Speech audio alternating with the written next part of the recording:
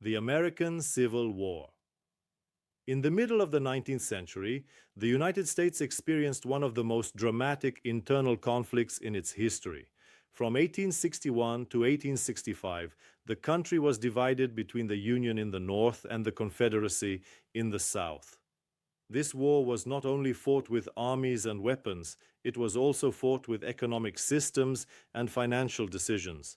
Both sides needed enormous resources to sustain their military operations. Soldiers had to be paid, weapons had to be produced, and supply chains had to function across vast distances. War on this scale required money, and quickly. Faced with rising expenses, both the Union and the Confederacy began printing large quantities of paper currency. At first, this seemed like a practical solution.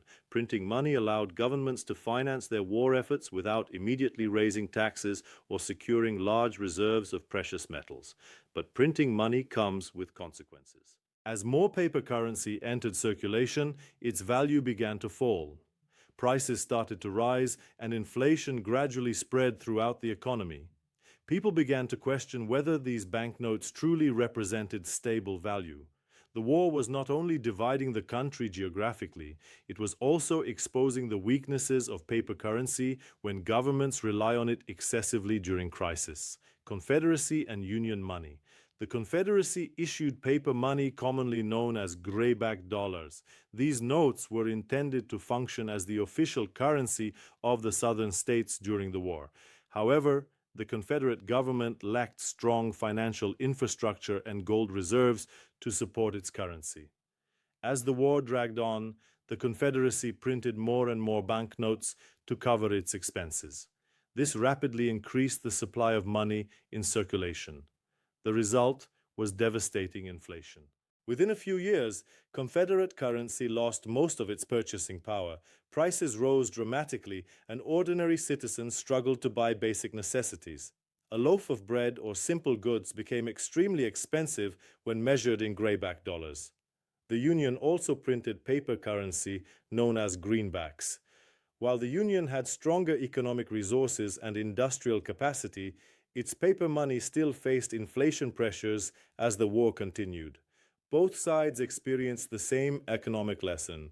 When governments rely heavily on printing money during wartime, the value of that money can deteriorate quickly. Gold market reality.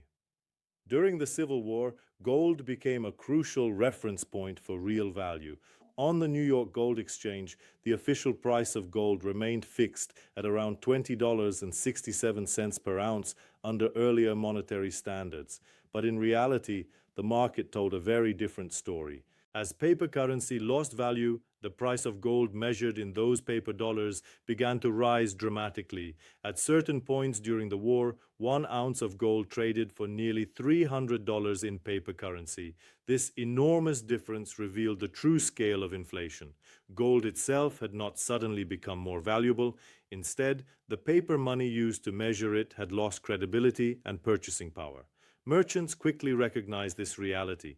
Many businesses and traders began to prefer gold payments instead of accepting paper currency, whose value could collapse at any moment. For everyday people, the consequences were clear. If someone held a gold coin, they could still purchase food, supplies, or services. Gold retained trust and real purchasing power. But someone holding stacks of paper banknotes often found that those notes were losing value day by day. The Civil War provided one of the clearest historical demonstrations of a pattern that would repeat many times throughout history. When inflation destroys paper currency, gold often becomes the true measure of value.